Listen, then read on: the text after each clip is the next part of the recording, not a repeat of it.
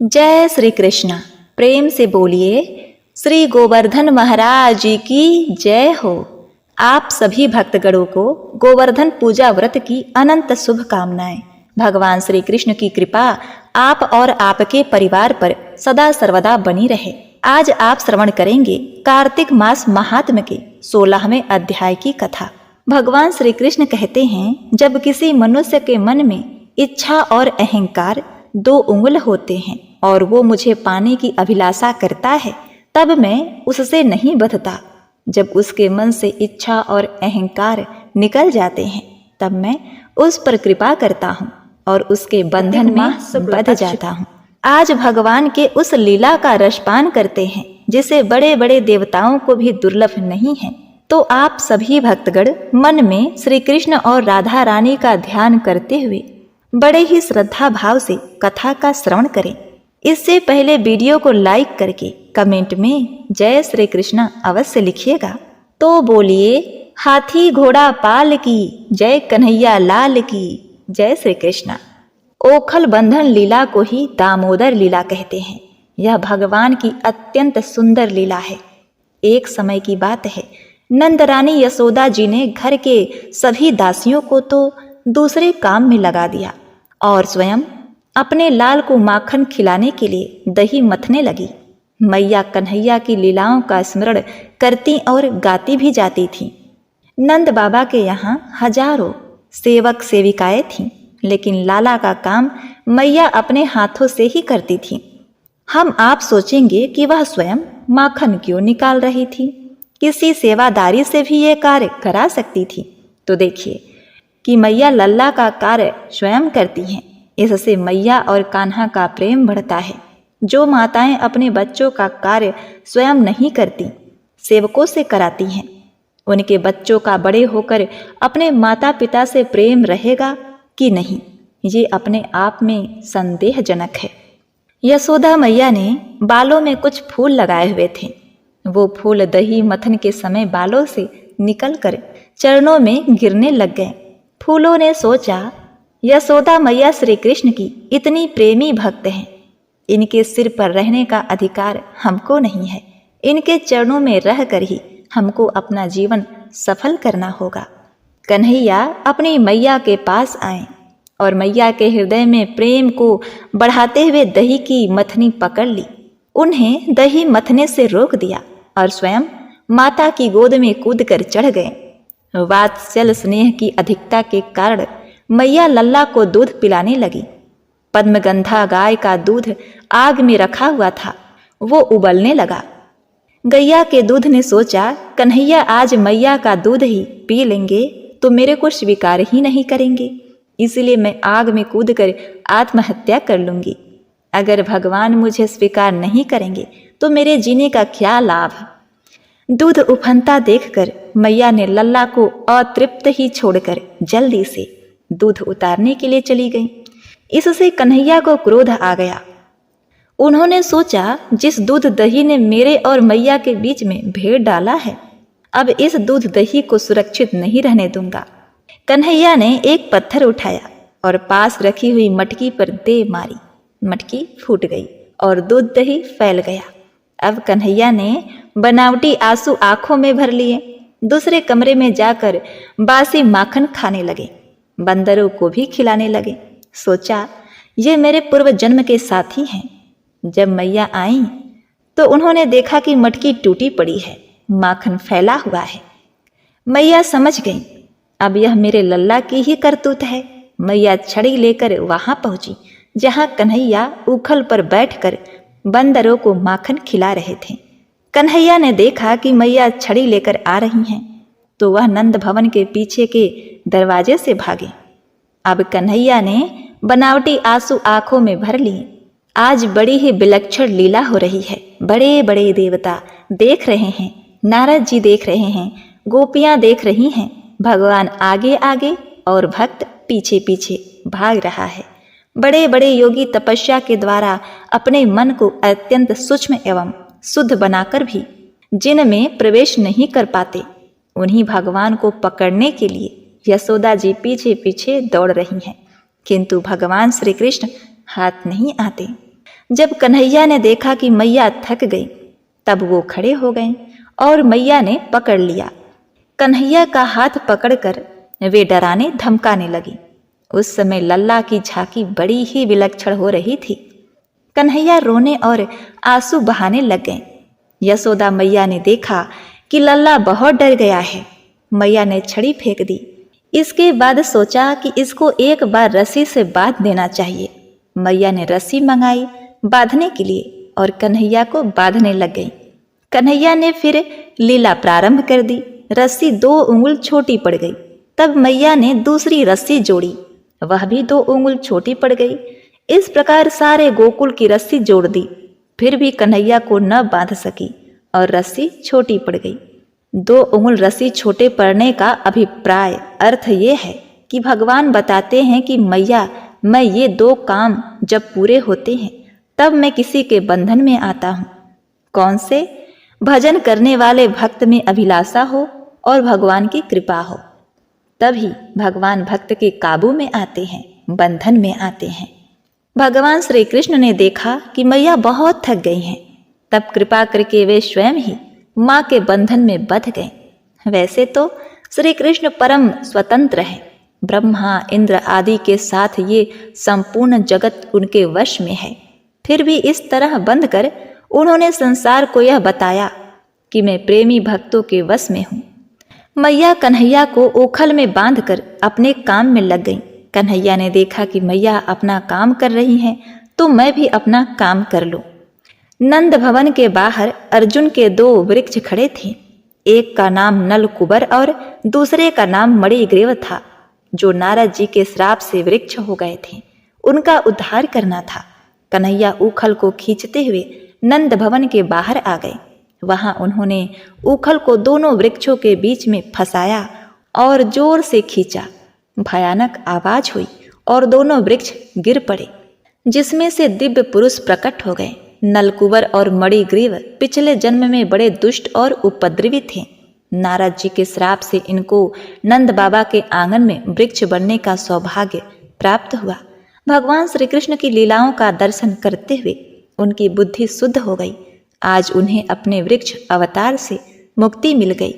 उन्होंने श्री कृष्ण से वरदान मांगा, हे प्रभु, आज के बाद हमारी वाणी से अगर कुछ निकले तो आपका नाम निकले या आपकी कथा निकले। इधर उधर की बातों से समय व्यर्थ न हो। कानों से हम कुछ सुने तो आपका गुणगान, आपका कीर्तन, आपकी कथा, ये दूसरा वरदान है। हाथ से अगर कोई काम करें तो आपकी सेवा, मंदिर की सेवा, संत की सेवा, ठाकुर की सेवा हो। ये है हाथों का उपयोग।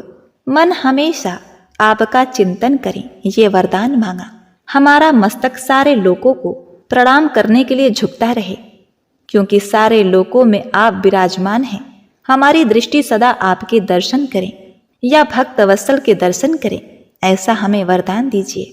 भगवान ने उनको वरदान दिया और वो भगवान के धाम को चले गए। प्रिय भक्तों, संस्कृत में डोरी को दाम कहते हैं और उदर कहते हैं पेट को। यशोदा मैया ने भगवान श्री कृष्ण की पेट को रस्सी से बांधा, इसीलिए भगवान का नाम पड़ा दामोदर। इसके बाद देवताओं ने भगवान की कई बार परिक्रमा की और बार बार उन्हें प्रणाम किया और इस प्रकार वे चले गए। जब अर्जुन के दोनों वृक्ष वज्र की तरह ध्वनि करते हुए भूमि पर गिरे तो नंद महाराज सहित सभी गोकुलवासी तुरंत उस स्थान पर आ गए। यह देखकर बहुत आश्चर्यचकित हुए कि दोनों विशाल वृक्ष अचानक कैसे गिर गए। वहां खेल रहे छोटे बच्चों ने लोगों को बताया कि पेड़ इसलिए गिरे क्योंकि कृष्ण ने रस्सी से बांधे हुए लकड़ी के ओखल को खींचा था। ज्यादातर ग्वालों को बच्चों की बात पर यकीन नहीं हुआ। उन्हें यकीन ही नहीं हो रहा था कि ऐसे चीजें संभव है। हालांकि कुछ लोगों ने उनकी बात पर यकीन किया और नंद महाराज ने कहा कि आपका बच्चा बाकी सभी बच्चों से अलग है। हो सकता है कि इसने ही ऐसा किया हो। अपने बेटे की असाधारण क्षमताओं के बारे में सुनकर नंद महाराज मुस्कुराए। वह आगे आए और अपने अद्भुत पुत्र को मुक्त करने के लिए गांठ खोल दी। नंद महाराज द्वारा मुक्त किए जाने के बाद कृष्ण को बड़ी गोपियों ने अपनी गोद में उठा लिया। वे उन्हें घर के आंगन में ले गईं और उनकी अद्भुत गतिविधियों की प्रशंसा करते हुए ताली बजाने लगी। भगवान श्री कृष्ण एक साधारण बच्चे की तरह उनकी ताली के साथ नाचने लगे। परम भगवान कृष्ण गोपियों की पूरी तरह से नियंत्रण में थे। उनके हाथों की कठपुतली की तरह गाते और नाचते थे। माता यशोदा भी यह सब देखकर मंत्र मुग्ध हो जाया करती थी। तो इस प्रकार से भगवान श्री कृष्ण की ओखल बंधन लीला समाप्त हुई। अब आप आगे श्रवण करिए कार्तिक मास महात्म के 16वें अध्याय की कथा। दीपावली को दीपमालिका के महत्व एवं महालक्ष्मी जी के पूजन की विधि ध्यान पूर्वक सुनने के बाद महाराजा पृथु ने नारद जी से विनती की कि हे देवर्षि, अब आप अन्नकूट तथा गोवर्धन का महात्म सुनाने की कृपा करें। नारद जी ने कहा, दीपावली के अगले दिन कार्तिक शुक्ला प्रतिपदा को गोवर्धन पूजा तथा अन्नकूट होता है। इस दिन पृथ्वी पर गोबर का गोवर्धन बनाकर उसका पूजन करें और अन्नकूट बनावें। ब्राह्मणों को भोजन कराने के बाद स्वयं भोजन करें। गौ तथा बैल का भी पूजन करना चाहिए। दिन के तीसरे प्रहर में मार्गपालिका बाधे। इसी दिन जमाई का भी पूजन होता है, अतः जमाई को घर पर बुलाकर उसका आदर सत्कार और पूजन भी करना चाहिए। राजा पृथु पूछने लगे, हे नारद जी, सबसे पहले यह पूजन किसने और कब किया था? कृपया यह बतलाइए। तब नारद जी बोले, समुद्र मंथन के समय जब लक्ष्मी जी समुद्र से उत्पन्न हुई तब विष्णु भगवान के साथ उनका विवाह हुआ। इससे आनंदित होकर समुद्र ने भगवान की स्तुति की। तब भगवान विष्णु ने कहा कि वरदान मांगो। यह सुनकर समुद्र ने कहा, हे भगवान, आप लक्ष्मी सहित मेरे यहाँ निवास करें।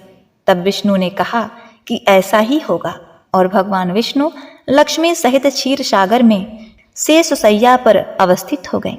उसी दिन से आज के दिन दामाद का पूजन आरंभ हुआ।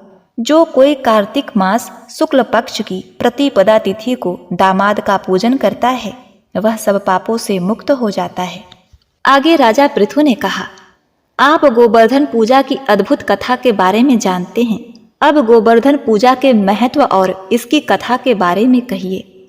तब नारद जी ने कहा, हे राजन, इस कथा के माध्यम से हम आपको बताते हैं कि इस पर्व की शुरुआत कैसे हुई। इसका भगवान श्री कृष्ण से क्या संबंध है। द्वापर युग में एक बार देवराज इंद्र को अपनी शक्तियों के ऊपर काफी अहंकार हो गया था।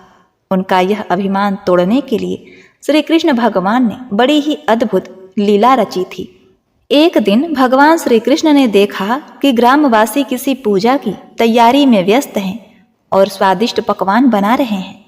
यह देखकर श्री कृष्ण मैया यशोदा से पूछते हैं कि माँ, यहाँ सब लोग किसकी पूजा की तैयारी में व्यस्त हैं? श्री कृष्ण की बातें सुनकर यशोदा माता उत्तर देती हैं कि हे कान्हा, गांव के सभी लोग इंद्रदेव की पूजा में व्यस्त हैं।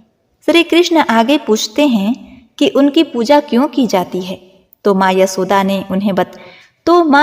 उन्हें बताती हैं कि यह पूजा इंद्रदेव को प्रसन्न करने के लिए की जाती है। इससे गांव में ठीक से वर्षा होती है और खेतों में फसलें लहलहा रही होती हैं, जिससे कभी भी अन्न की कमी नहीं होती। गांव वासियों के साथ यहाँ के पशुओं का भी भरण पोषण इस अन्न से ही होता है। इस बात पर श्री कृष्ण भगवान ने कहा कि फिर इंद्रदेव की जगह गोवर्धन पर्वत की पूजा होनी चाहिए, क्योंकि गायों को चारा वहीं से मिलता है। इंद्रदेव तो कभी प्रसन्न नहीं होते और न ही दर्शन देते हैं, और तो और वो क्रोधित भी हो जाते हैं। भगवान श्री कृष्ण की यह बात व्रज के अन्य लोगों को भी पता लगी और उन्होंने कान्हा की बात मानकर इंद्रदेव की जगह गोवर्धन पर्वत की पूजा शुरू कर दी। यह देखकर इंद्रदेव अत्यंत ही क्रोधित हुए और उन्होंने मूसलाधार वर्षा शुरू कर दी। इंद्रदेव ने इतनी वर्षा की कि उससे व्रजवासियों को फसल के साथ काफी नुकसान हो गया। वर्षा न रुकने पर सभी व्रजवासी श्री कृष्ण की शरण में पहुंचे और उनसे रक्षा की प्रार्थना करने लगे। श्री कृष्ण ने सभी व्रजवासियों को इंद्रदेव के कोप से बचाने के लिए अपनी कनिष्का उंगली पर पूरा गोवर्धन पर्वत उठा लिया। उन्होंने व्रज के सभी लोगों से अपने गाय बछड़े और अन्य पशुओं समेत पर्वत के नीचे शरण लेने के लिए कहा। इंद्रदेव कृष्ण की यह लीला देखकर और भी क्रोधित हो गए। उन्होंने वर्षा की गति को और तीव्र कर दिया। तब श्री कृष्ण ने सुदर्शन चक्र से कहा कि आप पर्वत के ऊपर विराजमान होकर वर्षा की गति को नियंत्रित करें, और शेषनाग से कहा, आप मेढ़ बनकर पानी को पर्वत की ओर आने से रोकें।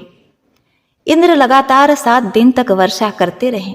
तब ब्रह्मा जी ने इंद्र से कहा कि श्री कृष्ण भगवान विष्णु के अवतार हैं और उन्हें कृष्ण जी की पूजा की सलाह दी। ब्रह्मा जी की बात सुनकर इंद्र ने श्री कृष्ण जी से क्षमा मांगी और उनकी पूजा करके अन्नकूट का 56 तरह का भोग लगाया। तभी से गोवर्धन पर्वत की पूजा की जाती है और श्री कृष्ण को प्रसाद में 56 भोग चढ़ाया जाने लगा। तो प्रिय भक्तगणों, इस प्रकार से आज का यह महात्म कथा समाप्त होता है।